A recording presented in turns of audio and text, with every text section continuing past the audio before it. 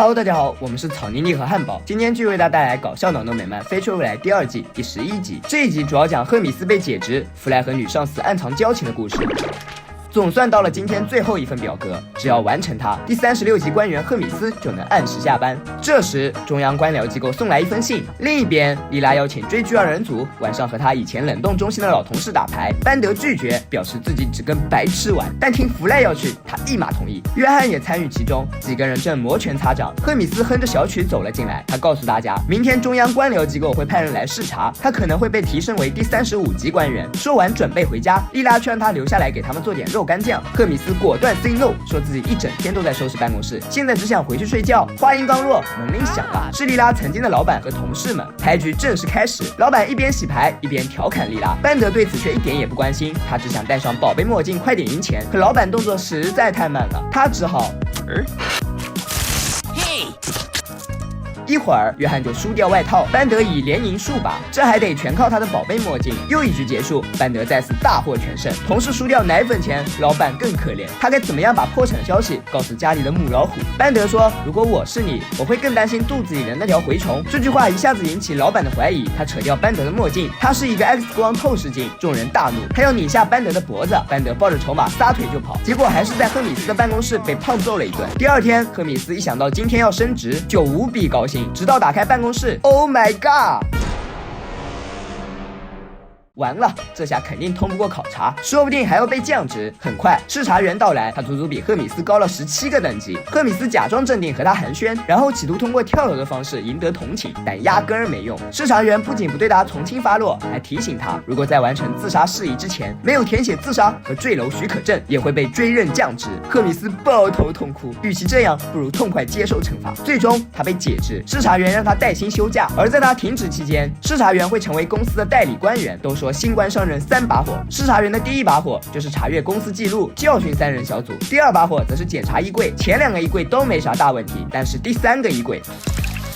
为什么帽子里会有酸奶？其实它是牛奶，是时间骗了我们，油嘴滑舌。视察员留下弗莱单独训话，弗莱以为他会暴打自己，结果恰恰相反，因为身边都是些整洁的怪人，所以拉他的弗莱更能俘获视察员的芳心。不过他警告弗莱不许把这件事外传，如果有人打听，他也绝对不会承认。弗莱理解每个和他约会女孩都这样。停职后的赫米斯和老婆在约翰的推荐下来到健身营做 SPA， 却没想到广告和实际严重不符，这根本不是 SPA， 是劳动集中营。我可不会是骗第2次。视察员还在对公司进行整改，莉拉被降职为副驾驶，飞船改成自动驾驶，班德成为教授的保姆，换个意思就是全天无休。而弗莱则被提拔为执行总送货员，他不仅不用亲自送货，还会有单独的办公室，就在视察员隔壁。班德勉为其难和他击掌，顺便再送他一脚。大伙十分不解，不明白老妖婆为啥只对弗莱好。这时，班德陪教授散步回来，他一身狼狈，苦不堪言，开始疯狂吐槽老巫婆。莉拉叫他闭嘴，他以为老巫婆在身后。哦，她在我身后吗？错，我在你前面。凌晨3点，视察员再次找到弗莱约会，弗莱说不行，班德随时会回来。视察员却表示不用担心，原来他已经派他给教授席尔纳去了。但后来他们还是被班德发现。视察员落荒而逃，被人揪住小辫子的感觉并不好受。他强行解释那只是一场误会，因此为了让班德闭嘴，他下载了班德的大脑，并把他送去中央官僚机构归档。弗莱非常难过，他冲视察员发火，视察员却认为他在撒娇。弗莱只好把这件事儿告诉小伙伴，众人决定去中央机构把班德的大脑拿回来。教授劝他们别白费力气，曾经他有个朋友只是进去找洗手间就变成精神失常。莉拉说找个向导不就行了？教授毛遂自荐，因为他就是那个曾经的朋友。赫米斯继续在健身营干活，凭着聪明的头脑，他大大提升了自己的工作效率，让工作人员对他刮目相看。另外，一行人终于来到中央官僚机构，老人从出生就在这里等出生证明，一直到现在都没有等到。照这个速度，恐怕他们这辈子也别想进去了。于是，莉拉找到工作人员，骗他来说是来送机器人，想到办公室又有乐子，工作人员迅速放他们进去。看着密密麻麻的柜子和管道，莉拉拿出陆杰晚式追踪器，有了它，大家成功来到归档室。但如何从数以万计的文档中找到班德的磁带，又是一个难题。突然，视察员出现，他早就料到他们会不按正规程序来到这里。弗莱希望他念及旧情，把班德找回来。视察员说，这得用到剧情非人力原子能拣选机，你肯定？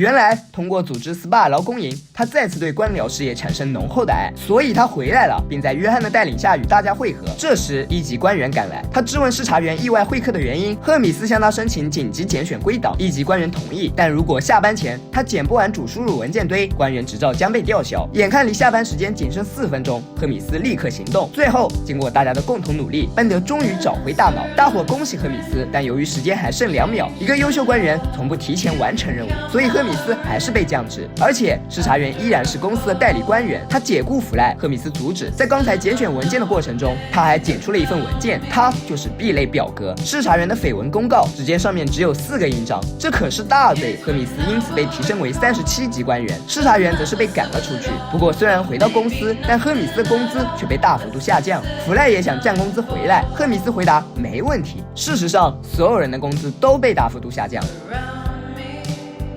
没有进官场之前，以为他是铁饭碗；进入官场之后，才知世上没有容易事儿。赫米斯虽然在里面做得很顺手，却并不开心，因为他忘了重点不在于徽章和级别，在于归档。可被归档的文件就像机器一样，冰冷且毫无生机。因此，在官僚眼中，干任何事儿也都得像机器人一样讲究程序和规矩。就算是自杀，也得填报自杀许可证。对待人类，他们也有特定的规矩，让他们心甘情愿排队。因此，人们鄙视官僚，可有些事儿总得有人去完成，即使会被喷，也不遭人待见。就像他们说约翰不该做外科医生，教授不该吃电子香肠，利拉不应该开飞船。但如果事事都如人们所想，如人们所愿，那这个世界又该混乱成什么样子呢？本期视频就到这里了，喜欢的朋友不要点赞、评论、加关注，我是草妮，咱们下期再见，拜拜。